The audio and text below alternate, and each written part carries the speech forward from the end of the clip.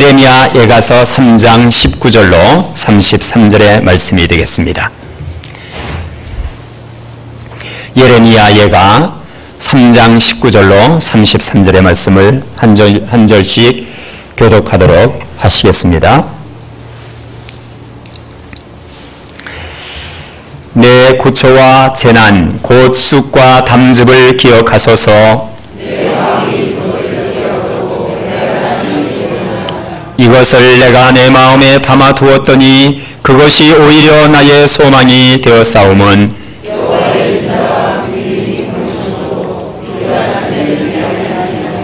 이것들이 아침마다 새로우니 주의 성실하심이 크시도소이다.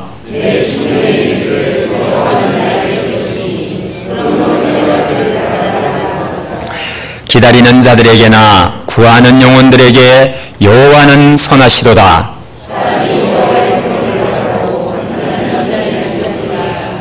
사람은 젊었을 때에 멍에를 매는 것이 좋으니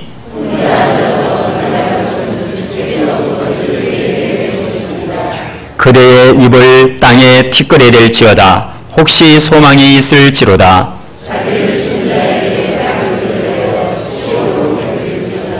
이는 주께서 영원하도록 버리지 아니하실 것임이며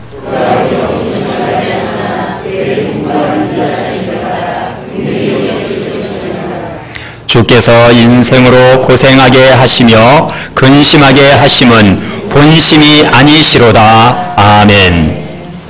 자, 우리 에베네셀 찬양대 찬양으로 하나님 영광 돌리겠습니다.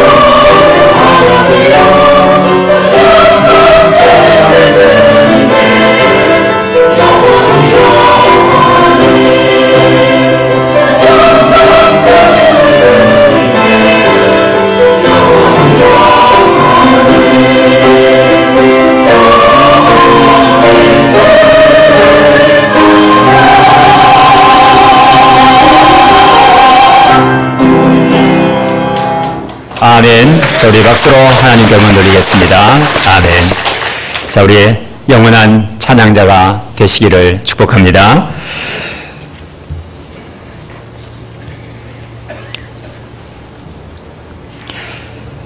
유럽의 유명한 사회학자 한 분이 밀레니엄 시대 2000년 이후에 이제 벌써 12년이 이미 저물어가고 있죠.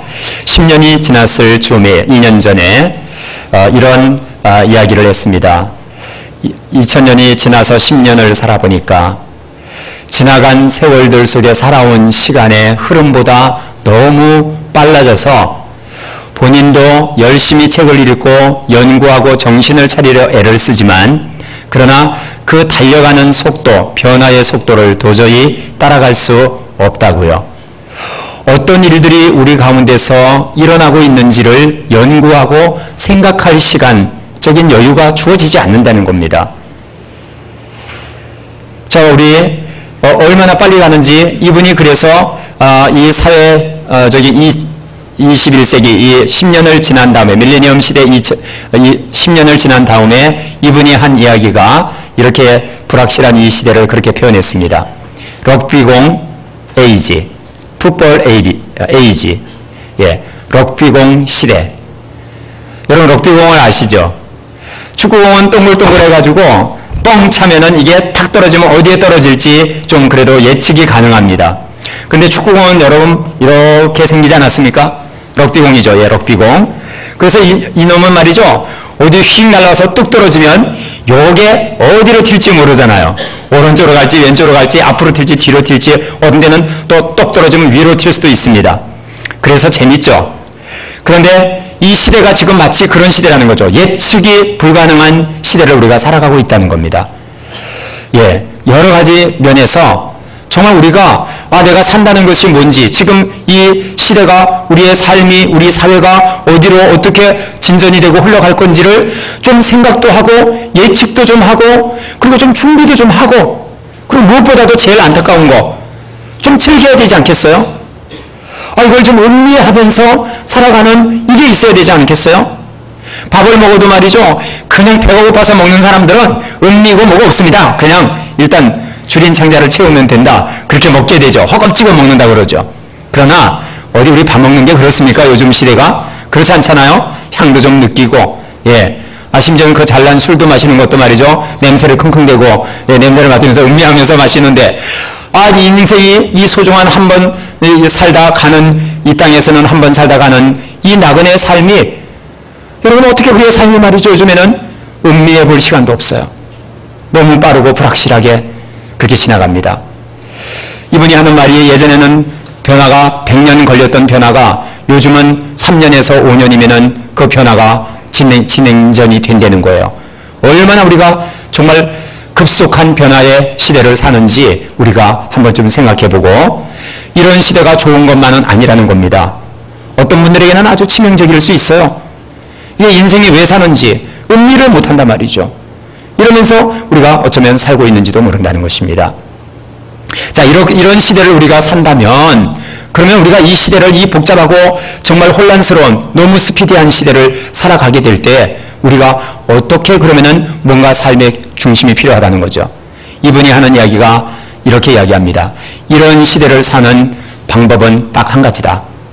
뭐냐면 불변하는 가치를 붙들고 사는 거다. 불변하는 것이 독자들이 무엇이라고 하든지 간에 그거를 붙들어라 이거예요. 예, 불변하는 것을 붙들어라. 그래서 그 얘기를 보니까 제가 많이 노래를 생각해 보니까 그래요.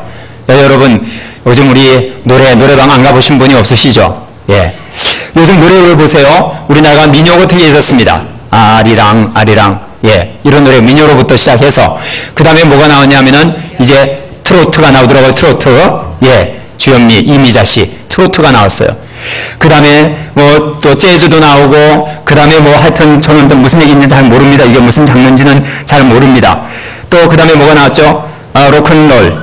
그 다음에 또 뭐가 나옵니까? 헤비메탈, 힙합, 랩, 발라드. 요즘에 이제 테크노가 예, 대세라고요. 근데 이런 노래들이 말이죠 막 나옵니다. 저는 9세대라서 그런지 몰라도요, 특히 헤비메탈, 이게 즐거우라고 부르는 건지 스트레스 받으라고 부르는 건지 살자고 부르는 건지 즐겁자고 부르는 건지 이걸 스트레스 받자고 부르는 건지 이게 분간이 안 돼요. 으악 하고 그냥 긴 머리를 갖다가 시들대면 정신이 하나도 없어요. 저게 무슨 바락이야 비명이야 하여튼 그렇습니다. 그 이 노래가 말이죠, 참 이 변천사 장르가 다 다양하고 노래 창법도 달라지고 그래요. 그런데 말이죠, 이렇게 이해할 수 없는 어떤 부분들이 있지만 그래도 말이죠, 이 노래를 즐기는 방법이 있거든요. 우리 9세대 여러분도 좀 노래 같은 것도 좀 즐기셔야 됩니다. 근데 즐기는 방법이 뭐예요? 봤더니 가사말을 가만히 보니까 변함없는 건 가사말이에요. 그게 무슨 가사말이냐? 사랑하자는 거예요? 미워하자는 거예요? 예, 사랑하자는 거예요. 예. 그러니까는 주제가 다 테크노든 아니면은 뭐 하여튼 예, 재즈든 아니면 트로트든 발라드든 할 것 없이 가만히 보면 가사말이 전부 다 사랑이에요, 사랑. 예. 그러니까 우리가 그 모든 부분 안에도 변화의 변천에도 중심이 변하지 않는 것이 있죠. 사랑을 주제로 이야기하더라 이 말이죠. 왜 그렇습니까? 우리가 삶을 살아가면서 말이죠, 우리가 정말 붙들어야 될 것을 한 가지만이라도 올바른 것을 딱 붙들면 여러분 뭐 다소간에 복잡한 것이 있고 갈등도 있고 크고 작은 문제들도 생겨서 우리가 현혹도 될 수 있지만 그래도 흔들리지 않고 변함이 없는 것을 붙드는 지혜가 이 시대에 필요하다는 것이죠. 오늘 본문에 있는 말씀을 보면은 질풍노도 아주 어려운 삶의 상황이 벌어지고 있습니다. 그것은 이스라엘 백성들이 하나님의 사랑을 잃어버린 채 하나님을 떠나서 살아갈 때에 하나님이 나라와 민족을 이뤄지게 하는, 나라는 망하고 민족은 흩어지게 만들어버리시는, 그래서 이걸 이제 바벨론 포로 생활이라고 합니다. 그것도 몇 년이냐면 70년간을. 그 일이 지금 벌어지고 진행의 역사 속에서 현실로 지금 벌어지고 있는 이 상황이 바로 예레미야서의 배경입니다. 그리고 예레미야 선지자가 이것을 전하라는, 나라는 망하고 민족은 흩어지게 돼서 바벨론이라는 강대 국가의 포로로 70년간 가서 잡혀서 생활하게 될 것이다. 여러분, 비보도 이런 비보가 없죠. 여러분, 여기 한 치 앞 희망이 보입니까? 우리가 어떻게 될까? 완전 절망이죠. 이 상황 속에서 이제 예레미야 선지자가 오늘 하나님의 자비와 긍휼을 발견해가면서 소망을 찾아가는 이야기가 예레미야서고 그리고 예레미야 애가서, 이 두 성경이 그것을 보여주고 있는 것입니다. 자, 저는 오늘 저와 여러분 삶을 살아갈 때 저도 앞이 안 보이는 게 있어요. 목사지만 기도하고 기도해도 하나님이 100% 다 보여주시는 게 아니더라고요. 어떤 부분은 어둠으로 남겨두면서 이렇게 말씀하시더라고요.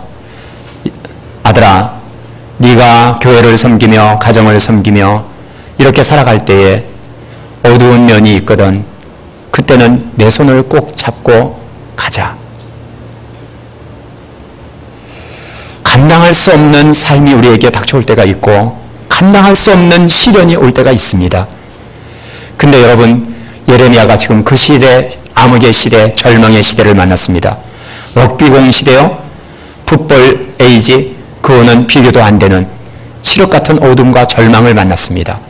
그런데 그 절망 속에서 허우적대다가 하나님의 강한 손을 붙들게 된 것입니다. 할렐루야. 오늘 이 은혜가 저와 여러분 가운데 있기를 주의 이름으로 축원합니다.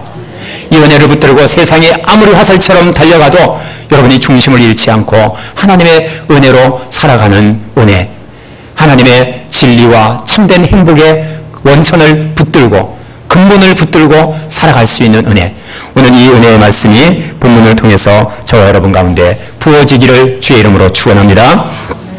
자, 우리 한번 따라서 합시다. 이 세상에서 제일은 하나님의 사랑이라. 자, 그러면 아까 사역자의 말을 제가 인용해야 된 것처럼 불변하는 것을 붙들어라 그랬는데, 불변하는 게 뭐냐? 성경은 우리에게 분명히 이렇게 말씀합니다. 하나님의 자비와 긍휼을 붙들어라. 하나님의 사랑을 붙들어라. 사랑이 제일은, 인생에서 제일은 사랑이라고 외치며 이걸 붙들고 살라. 그리하면 우리에게 하나님이 승리를 주실 거라고 말씀하신다는 거죠. 제가 일부 예배 때도 소개해드렸습니다만 우리나라 초대교회 그러면은 해방 이전의 일제시대를 포함해서 구한말부터 일제시대까지를 우리가 초대교회로 봅니다. 한국교회사에서 초대교회로 봅니다. 근데 이 초대교회 때 목사님들이 이제 설교를 하실 때 이런 이야기를 많이 해주다. 사랑이 제일이라는 거. 이걸 붙들고 살면은 하나님 안에서 우리가 승리하게 될 거라고 하시는 그 이야기가 하나 있습니다. 자주 목사님들이 설교하시던 이야기. 지금은 하는 분들이 없어요. 그래서 오늘 제가 한번 리바이벌을 한번 해보려고 합니다. 가마꾼 이야기인데요. 여러분 옛날에는 다 가마를 타고 다녔죠. 일제시대 때만 해도 이제 신부가 시집을 갈 때 한 번도 타보지 못한 태어나서 한 번 타보게 되겠죠. 가마. 여러 번 타면 안 되겠죠. 그거. 그렇죠? 한 번만 타야죠. 자, 가마를 타는데 앞 가마꾼이 있고 뒤 가마꾼이 있습니다. 4명이서 한 팀이 한 조가 됩니다. 그런데 말이죠. 거기에도 가마꾼도 또 프로가 있고 리더가 있답니다. 그래갖고 프로 아주 리더격인 가마꾼은 앞에서 맬까요? 뒤에서 맬까요? 앞에서 맬 것 같죠? 근데 뒤에서 맵니다. 그러니까 이유가 뭐냐? 앞에는 훤히 보여가지고 앞만 똑바로 보고 가면 됩니다. 그러니까는 맨 저기 한 사람들을, 약한 사람들을 경험이 부족한 가마꾼은 맨 앞자리에 세우는 거예요. 그래서 끈으로 매가지고 어깨에 매고, 그 다음에 이렇게 허리춤에 이렇게 가마를 잡고, 그 다음에 이제 끌고 갑니다. 그래서 이 앞에 가는 가마꾼을 목사님들이 뭐라고 비유하느냐면은 이 앞에 가마꾼이 소망이 올시다. 이렇게 하는 거예요. 소망. 소망. 그리고 이제 뒤에 두 가마꾼이 있습니다. 뒤에 가마꾼은 여러분 가면은 앞이 보입니까? 안 보입니까? 앞이 안 보여요. 잘 안 보입니다. 그러니까 답답하고 말이죠. 그렇습니다. 그러니까 노련한 사람이 뒤로 갑니다. 그럼 뒤에 사람은요. 앞에 사람이 잘 갈 거야. 잘 갈 거야. 목적지를 향해서 길 잃어버리지 않고 안전한 길로 잘 인도해 줄 거야. 그러니까 뭐가 필요해요? 뒤에 사람은? 앞에 사람을 향한 뭐가 필요해요? 믿음이 필요해요. 그래서 뒷가마꾼은 믿음이라는 거예요. 그 다음에 그러면 도대체 앞에 소망이도 있고 믿음이도 있는데 사랑이는 어디 있어요? 사랑이는 바로 잘 들으셨습니다. 가마 타고 시집 가셨나요? 아닌데 어떻게 하셨어요? 신부가 그날은 주인공이잖아요. 주인공. 이 신부가 바로 사랑이라는 이름으로 불려지는 거예요. 그러니까 소망이와 앞에서 끌고 믿음이가 뒤에서 믿음으로 따라가면서 누구를 데려가요? 사랑이를 모시고 가는 거예요. 이것이 고린도전서 13장 13절. 그런즉 믿음, 소망, 사랑은 항상 있을 것인데 그 중에 제일은 뭐라? 사랑이라. 할렐루야. 정말 그렇다 이 말이에요. 가마꾼 이야기 안 끝났습니다. 그러면 이제 가마가 이제 가마꾼이 어디로 갑니까? 이 가마가. 친정으로 가면 안 되겠죠. 결혼식 하기도 전에 소박을 맞으면 없잖아. 신랑집으로 갑니다.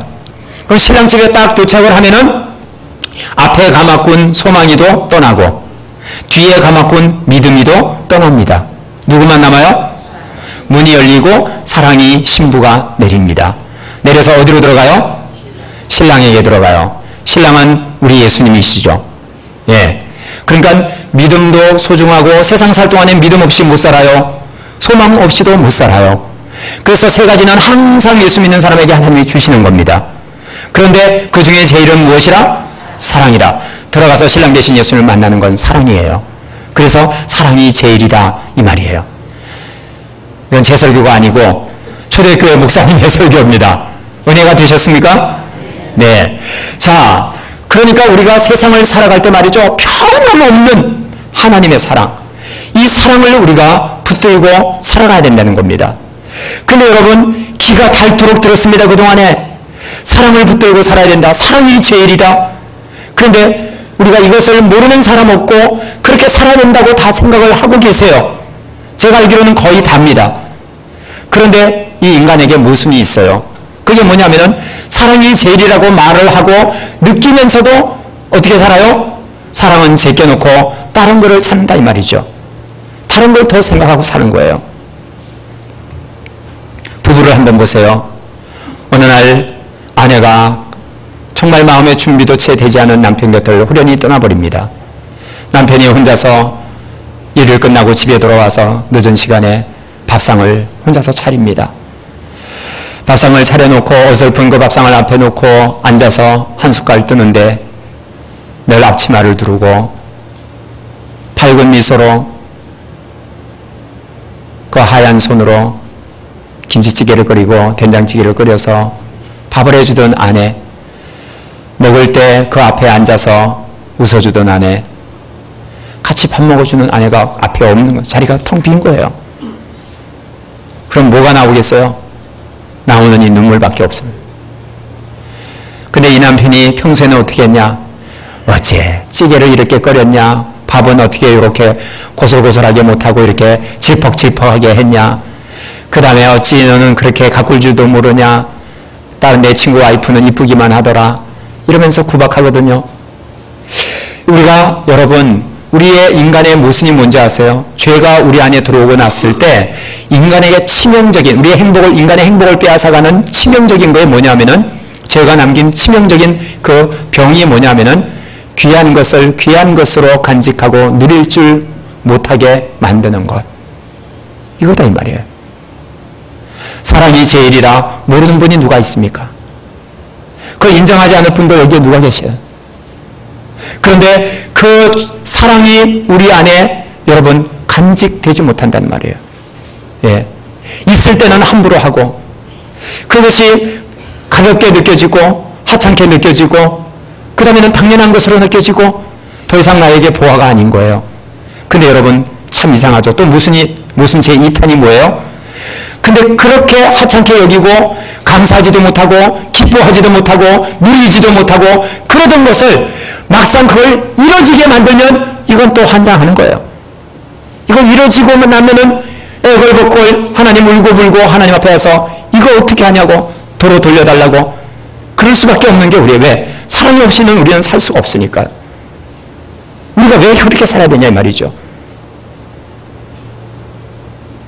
참 이게 답답한 거예요. 이게 우리 모순이다 이 말이죠. 이걸 전도서에서 이 점을 아주 솔로몬은 신랄하게 지적을 합니다. 예. 그리고 시편에는 이런 말씀이 있죠. 사람이 종기에 처했으나 종기에 처하나 깨닫지 못하는 자는 멸망하는 짐승과 같도다. 종기에 처하나 참 우리가 저와 여러분은 예수의 피를 먹고 마시고 성령을 마시게 하신 그 은혜로 말미암아 새 생명을 가지고 존귀에 처한 하나님의 자녀들인 것을 믿으시기 바랍니다. 천국이 여러분의 것임을 믿으시기 바랍니다. 이건 하나님의 변함없으신 사랑의 하나님의 약속이십니다. 그런데 여러분 이게 왜 나로 하여금 기뻐 뛰며 즐거워하며 감사가 넘치는 예배로 하나님께 나가지 못하느냐는 거예요. 이렇게 나를 사랑하신 하나님 제가 기뻐서 견딜 수 없습니다라고 왜 고백을 못하느냐는 거예요. 왜 가슴이 펑펑 뛰면서 하나님 앞에 감사하고 기도하고 우리가 서로 섬기며 주님의 일을 봉사하지 못하냐 이거예요. 이게 잘못됐습니다. 저게 잘못됐습니다. 그게 아닙니다 여러분. 내 안에 기쁨이 오면 우리의 모든 편차들은 다 상쇄되어 차이점들은 상쇄가 되는 거예요. 여러분 한번 생각해 보십시오. 우리가 부부간에 말이죠. 부부간이라는 것은 남자와 여자가 만나서 이루는 게 부부죠. 근데 여러분 남자와 여자의 차이점이 얼마나 되는지 아세요? 1% 정도밖에 안 됩니다. 근데 그 1%도 말이죠. 큰 차이가 없는 거예요. 남성성, 여성성이라는 게 있습니다. 좀 심리학에 관심 있는 분들은 이 말을 아십니다. 자, 남자에게는 남성성만 있나요? 남자에게는 남성성 6, 여성성 4 정도의 그 성을 갖고 있는 거예요. 예. 그리고 여성도 마찬가지예요. 여성이 여성성만 있으면은 못 살아요. 왜 그런지 아세요? 여자는 여자를 받아야 된다. 그러니까 여러분 오해를 하시면 안 됩니다. 여자에게는 남자를 받아들일 수 있는 남성성이 있어야 되는 거예요. 6대 역시 똑같이 4 정도의 비율로. 예. 그래서 우리가 남자와 여자가 결혼을 하면은 예, 서로 차이점 때문에 극복하지 못하고 포기하는 일이 안 일어나는 거죠. 남자와 여자 오장육부가 똑같습니다. 먹는 게 똑같습니다. 여러분 다른 게 뭡니까? 몇 프로 안 됩니다. 지극히 작은 거예요. 근데 보세요. 부부간에 사랑이 있으면 말이죠. 사랑이 제일이다. 사랑이 있으면은 그 차이가 아무것도 아닌 거예요. 근데 오히려 그 차이가 좋은 거예요. 여자가 모자라면 남자가 말합니다. 아내가 약하니까 그래서 내가 필요해. 나의 존재에 기쁨을 주는 거야, 너의 약함은. 이러면서 아내를 말이죠, 칭찬해요. 업어줘요. 네? 힘든 일 있으면 얼른 가서 도와줘요. 근데 사랑이 식어져 보세요. 그런 것도 못하냐? 밥 세끼 나하고 똑같이 먹는데? 이러면서 구박을 해야 됩니다. 예? 여자도 마찬가지예요. 남자가 좀 부족하잖아요? 사랑이 있으면 어떻게 해요? 안쓰러워해요. 기도해줘요. 여보 힘내. 내년에 승진하면 되지. 사랑이 떨어지면 어떻게 하는지 아세요? 야, 개똥이네 아버지도 벌써 과장됐더라. 벌써 5년째 만년 개장이냐? 나는 개장 꼴도 안 본다 그래서. 그러면서 구박을 했습니다. 여러분, 이런 게 있어요. 사랑이 있으면 차이가 신선한 것으로 드러나요. 신선한 게 다가와요. 차이가 오히려 좋은 것으로 느껴진다 이 말이에요. 근데 사랑이 떠나버리잖아요. 그러면은 차이가 다툼거리가 돼요. 다툼거리가. 싸워야 될 이유가 되고, 예? 짜증나고 스트레스의 근본이 되는 거예요. 근데 사실은 똑같은 거예요, 이게. 사랑은요, 모든 것 위에, 지난주에 그런 말씀 있죠. 모든 것 위에 뭐가 부어져야 된다? 사랑이 들어와야 된다. 그래야 빛이 살아난다 말이죠. 오늘 본문의 말씀에 나라가 망하는 삶의 상황이 처할지라도 이런 상황 속에서도 오늘 예레미야가 어떻게 했습니까? 하나님이 울면서, 눈물의 선지자예요. 가는 곳마다 울면서 울부짖으면서 하나님, 나라를 망하게 하시면 하나님은 우리의 하나님이신데 이방 족속들이 뭐라고 하겠습니까? 울면서 이 민족을 살려달라고 그렇게 절망 중에 부르짖어요. 그때 하나님이 어떻게 하십니까? 하나님 말씀하십니다. 나는 내 나라를 망하게 하고 흩어버리는 것이 아니라 새롭게 하고 있느니라. 할렐루야. 그러니까 이 이상한 모순에 빠진 인간들 있잖아요. 예, 좋은 걸, 소중한 걸 가져도 존귀에 처해도 존귀에 처한 줄 모르고 하나님의 사랑과 자비와 그 긍휼을 받고 살아가는 것을 함부로 여기고 가볍게 여기고 고마움도 느끼지 못하고 감사도 잊어버리고 이러면 하나님이 어떻게 하세요? 가끔은 충격 요법을 쓰십니다. 그게 뭐냐면 상실 요법이에요. 이뤄지게 만드시는 거예요. 지금 이스라엘의 나라를 이뤄지게 만드는 겁니다. 그리고 이스라엘을 민족을 흩어버리는 거예요. 민족이 이뤄지게 만드는 거예요. 공동체를 하나님이 흩어버리는 거예요. 얼마나 큰 아픔입니까? 근데 이렇게 되니까, 나라가 망하게 되니까 그때서야 우는 자들이 일어납니다. 그때서야 부르짖는 자들이 일어납니다. 회개하는 자들이 일어납니다. 이게 인간의 또 한 모순인 거죠. 그렇지만 하나님이 어떻게 하세요? 나는 망하게 하는 것이 아니라 새롭게 하고 있는 거라고 말씀하고 계시다는 거죠. 사랑하는 성도 여러분, 하나님께서 가끔 이렇게 우리를 새롭게 하시기 위해서 이뤄지게 하는 때가 올 때에는요, 우리가 그것을 힘들지만 받아들여야 됩니다. 받아들여야 돼요. 오늘 하나님이 이런 이스라엘 백성들을 새롭게 하시기 위해서 나라를 망하게 하시고 나라와 민족을 흩어버리실 때에 그때 두 가지의 반응이 나타났습니다. 하나는 하나님 말씀대로 전하라는 예레미야처럼 묵묵히 그 길을 갑니다. 울면서도 가고 아파하면서 갑니다. 그런데 거짓 선지자들이 그때 또 한 무리가 일어나게 되죠. 일어나서 뭐라 그래요? 예레미야에게만 하나님이 말씀하시냐? 나에게도 말씀하셨다. 이제 거짓 선지자들이에요. 그러나서 뭐라고 말해요? 바벨로니아가 쳐들어오겠지만 우리나라 안 망한다고 말씀하셨다. 우리는 하나님의 거룩한 백성이다. 하나님이 우리를 사랑하신다. 그러므로 바벨론은 또 쳐들어올 줄 알아도 우리 역사를 한번 돌이켜봐라. 우리가 강대국을 얼마나 많이 하나님의 은혜로 물리쳤냐. 이번에도 하나님이 우리에게 승리를 주실 거다. 이렇게 하니까 백성들이 좋아요, 안 좋아요? 할렐루야, 진짜 계시받았네. 진짜 하나님의 음성을 들었네. 그리고 나라가 망할 거라고 하나님의 채찍이 시작되고 징계가 시작되었다고 말하는 예레미야의 말에는 귀를 기울이는 사람이 거의 없습니다. 그리고 거짓 예언을 말하고 백성들이 원하는 말을 해주는 그 사람들의 백성들은 왕부터 시작해서 모든 백성들이 거기에 다 귀를 기울입니다. 다 귀를 기울여요. 다시 말씀드리면 하나님이 우리를 고치는 역사가 시작이 돼도 사람들은 그것을 내가 원하지 않고 내가 싫으면, 내 마음에 안 맞으면 거부한다는 거예요. 이것조차도, 하나님의 우리를 새롭게 하시는 손길조차도 거절하고 배척하는 거예요. 그래서 예레미야는 굴 속에, 물이 나오지 않는 우물 속에다 집어쳐 넣습니다. 물도 안 주고 빵도 안 줍니다. 굶깁니다. 왜? 나라가 망하고 민족이 흩어지는, 나는 나쁜 예언을 했다고, 그 말씀 전한다고. 그러나 그 말씀이 하나님의 뜻이고 진실인데, 진실을 말하는 자는 적에 쳐넣어집니다. 여러분, 이 일은 이스라엘의 역사 속에만 있는 게 아니라 이 시대를 살아가고 있는 우리의 마음 안에 순간순간 일어나고 있는 일들인 것이죠. 그래서 우리가 깨어서 하나님 앞에 나아가는 그런 우리의 삶이 필요한 것입니다. 자, 우리 한번 따라서 합시다. 하나님이 멍에를 메우시면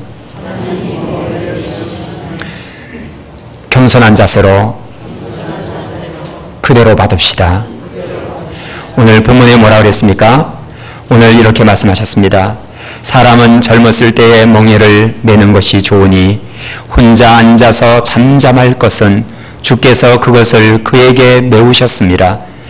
그대의 입을 땅에 티끌에 댈지어다. 혹시 소망이 있을지로다.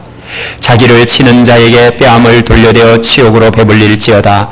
이는 주께서 영원하도록 버리지 아니하실 것이며, 그가 비록 근심하게 하시나 그의 풍부한 인자심을 따라 긍휼히 여기실 것임이라. 멍에를 메라는 거예요. 이 멍에를 메고 가면 하나님께서 뭘 주세요?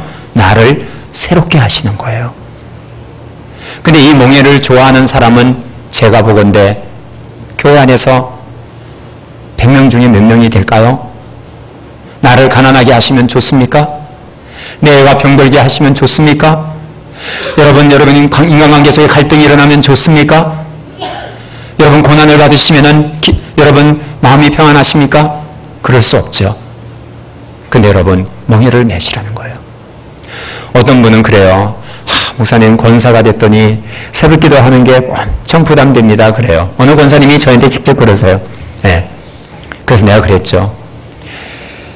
권사 안 되셨으면 기도 못 하실 뻔 하셨네요. 근데 권사의 멍에를 하나님이 지우셨잖아요. 뜻이 있어서 주시는 겁니다. 그러면 힘들어도 메고 가는 거예요. 베스메스의 암소처럼 메고 가는 거예요. 그러면 어떻게 돼요? 그 멍에를 메고 가는 과정을 통해서 하나님은 우리를 새롭게 하십니다. 신령하게 하십니다. 그래서 우리가 이 멍에를 너무 힘들어요. 멍에를 내려놓으면 어떻게 돼요? 나는 그대로입니다. 변화가 없습니다. 성장이 없는 거예요. 그래서 가난도, 질병도, 때로는 아픔도, 갈등도 우리에게 찾아올 수 있지만 지고 가세요. 가시다 보면 하나님의 역사가 나타납니다. 그 은혜를 우리가 은혜의 비밀을 우리가 깨달았으면 좋겠습니다. 자, 그러면 이제 말씀을 마치려고 합니다. 오늘 예레미야가 그렇게 하나님의 그 주시는 나라가 망하고 민족이 흩어지는 이 어려운 시련 속에 이제 그가 고백을 하죠. 우리 오늘 본문의 말씀 요절입니다. 우리 함께 우리 잠깐 말씀 봅니다. 22절입니다. 다 같이 우리 큰 소리로 함께 우리 합독하도록 하겠습니다. 이번 주에 이 말씀을 여러분들이 암송하시고 은혜를 묵상하시면서 은혜 받으시면 좋겠습니다. 22절입니다. 시작. 여호와의 인자와 긍휼이 무궁하심으로 우리가 진멸되지 아니함이니이다. 아멘. 여호와의 인자와 긍휼, 하나님의 자비와 긍휼이 무궁하심으로 변함이 없으시다 이 말이에요. 하나님의 사랑은 변함이 없으시다는 거예요. 그러니까 이 변함이 없으심으로 말미암아 우리가 진멸되지 아니하니이다. 시련은 있어도 완전히 망하지 않는다는 것입니다. 여러분, 멍에를 메고 가는 것이 하나님께서 우리에게 그대로 정지 상태로 두시는 법은 결코 없으십니다. 우리 다시 마지막 절 33절로 우리 가서 보시도록 하겠습니다.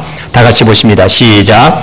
주께서 인생으로 고생하게 하시며 근심하게 하심은 본심이 아니시로다. 아멘. 본심이 아니다 이 말이 뭐예요? 하나님이 그것을 의도적으로 주시는 것 아니고 우리의 필요 때문에 나의 그 죄로 말미암은 죄의 영향을 받는 인간들의 우리 자신의 모순 때문에 아까 말씀드렸죠. 사랑을 그렇게 원하면서도 갈구하면서도 사랑이 주어지면 그 사랑을 가벼이 또 여겨버리고 처음 사랑을 지난주의 말씀처럼 처음 사랑을 잃어버리는 우리들이에요. 그러니까 어떻게 하세요? 하나님이 그것을 비워지게 하십니다. 이뤄지게 하십니다. 그 빈자리를 보고 하나님의 자리가 비어지면요 인간은 살 수가 없습니다. 그때 어떻게 합니까? 하나님께서 우리를 새롭게 하신다는 것입니다. 여러분들이 고생하시는 거 하나님의 본심이 아니십니다. 여러분이 근심하는 거 인생의 그 애환 모든 것은 하나님의 본심이 아니시다. 이거는 과정이다라는 것입니다. 우리 한번 따라서 합시다. 나의 시련은 나의 근심은 과정이며 정지가 상태가 아닙니다. 정지 상태가 아니에요. 어떻게 하고 계세요? 하나님이 그 시간들을 알곡처럼 귀하게 사용하셔서 퍼즐 한 조각조각처럼 사용하셔서 완성된 하나님의 아름다운 계획, 아름다운 여러분의 미래의 그림들을 보여주실 줄 믿습니다. 오늘 이 말씀을 우리가 붙드시고 우리가 예레미야서 33장 14절로 18절의 말씀을 여러분들이 묵상하시기를 바랍니다. 이제 하나님의 자비와 긍휼을 베풀어 주신다. 그것을 발견하면 된다는 겁니다. 그것으로 돌아오면 됩니다. 그런데 이것에 대해서 예레미야가 하나님 내가 고초와 재난과 담즙과 독이 있는 쑥 같은 것을 제 마음에 품고 살았지만 하나님이 그것을 내 마음에 품으라고 하셔서 품었지만 이것이 오히려 변하여 소망이 되었나이다. 오늘 본문에 그랬는데요. 그 하나님의 자비와 긍휼이 뭡니까? 이렇게 예레미야로 하여금 마음에 놀라운 희망을 발견하게 할 수 있었던 비결이 뭐예요? 바로 예레미야서 33장 14절로 18절에 주신 장차 오실 예수 그리스도 그분을 통하여 이루어지게 될 영광스러운 하나님의 나라를 예레미야에게 말씀해 주신 겁니다. 이걸 뭐라고 부르냐면 새 언약이라고 그럽니다. 우리 신약 성경을 새 언약이라고 부르죠. 뉴 테스타먼트, 신약이라고 부르잖아요. 구약은 있고 신약이 있죠. 그러니까 이 신약에 예수님이 이 세상을 육신을 입고 오셔서 우리를 구원하시고 그분으로 말미암아 하나님의 영원히 쇠하지 않을 주님 오시는 날까지 이어져 갈 영광스러운 하나님의 왕국, 바로 이 교회 일부분입니다. 왕국이 세워지게 될 것이다. 이 희망을 예레미야에게 주시자 예레미야는 그 고난 속에서 이 놀라운 새 언약, 그리스도 안에 있는 언약을 받은 겁니다. 이제 말씀 마칩니다. 이번 성탄이 가까워오고 있죠. 다음 주가 이제 우리가 주간이 성탄 주간입니다. 사랑하는 성도 여러분, 이번 성탄을 1년에 한 번 돌아오는 성탄으로 또 의례적으로 맞지 마시고 이번에 예레미야에게 나타난 새 언약의 그 기쁨과 감격을 우리의 빛으로 오시고 구원자로 오신 예수 그리스도를 만나실 때에 현재 여러분이 겪고 계시는 아직도 치유되지 못한 모든 상처와 아픔과 고초와 재난을 품고 있는 마음들, 이 마음들이 오늘 이 땅에 생명으로 오신 우리 주 예수님의 그 사랑과 구원의 은혜 속에서 깨끗이 치유되시고 하나님의 자비와 긍휼로 충만해지시는 우리 성탄이 되어질 수 있기를 주의 이름으로 축복합니다. 기도하겠습니다.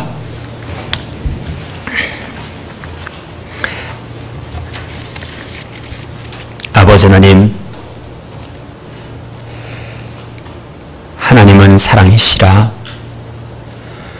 사랑이 없이는 살 수 없는 저희들의 영혼입니다. 그런데 삶을 살아가면서 사랑을 뒷전으로 미루어 놓고 아버지 하나님, 사랑을 잃어버리고 처음 사랑을 상실한 채 살아가는 저희의 모순이 있음을 고백합니다. 아버지 하나님, 늘 작은 것을 잃게 하시고 최고의 것을 주시기를 원하시는 주님, 오늘 예레미야에게 그 은혜를 주어 어둠과 절망 속에서도 하나님을 찬양하며 무화과 나무에 열매가 없고 외양간에 송아지가 없고 밭에는 식물이 없어도 나는 여호와로 인하여 노래하며 즐거워하며 기뻐하리로다. 하박국 선지자의 고백과 같이 하나님, 이번 성탄에 아버지 하나님께서 특별히 많은 고난과 아직도 치유되지 못한 마음의 상처들과 아버지 하나님 단줍과 고초와 고생 가운데 있는 모든 주님의 사랑하는 자녀들을 기억하여 주시고 그것들을 다 우리의 소원대로 고쳐주시지 아니하셔도 좋사오니 하나님의 자비와 긍휼로 우리의 심령이 충만하게 도와 주시옵소서. 사랑으로 오시는 아버지의 사랑으로 이 땅에 오신 예수님, 우리 안에 아버지는 이번 성탄에 우리 주님의 사랑을 회복할 수 있도록 도와주시고 새해를 우리 주님과 함께 사랑의 그 은혜와 기쁨으로 주님 맞이할 수 있도록 은혜 내려 주시옵소서. 우리 구주 예수 그리스도의 이름으로 감사하며 기도하옵나이다. 아멘. 할렐루야. 자, 우리 함께 자리에서 일어나셔서 찬송 411장으로 하나님께 영광 돌리겠습니다.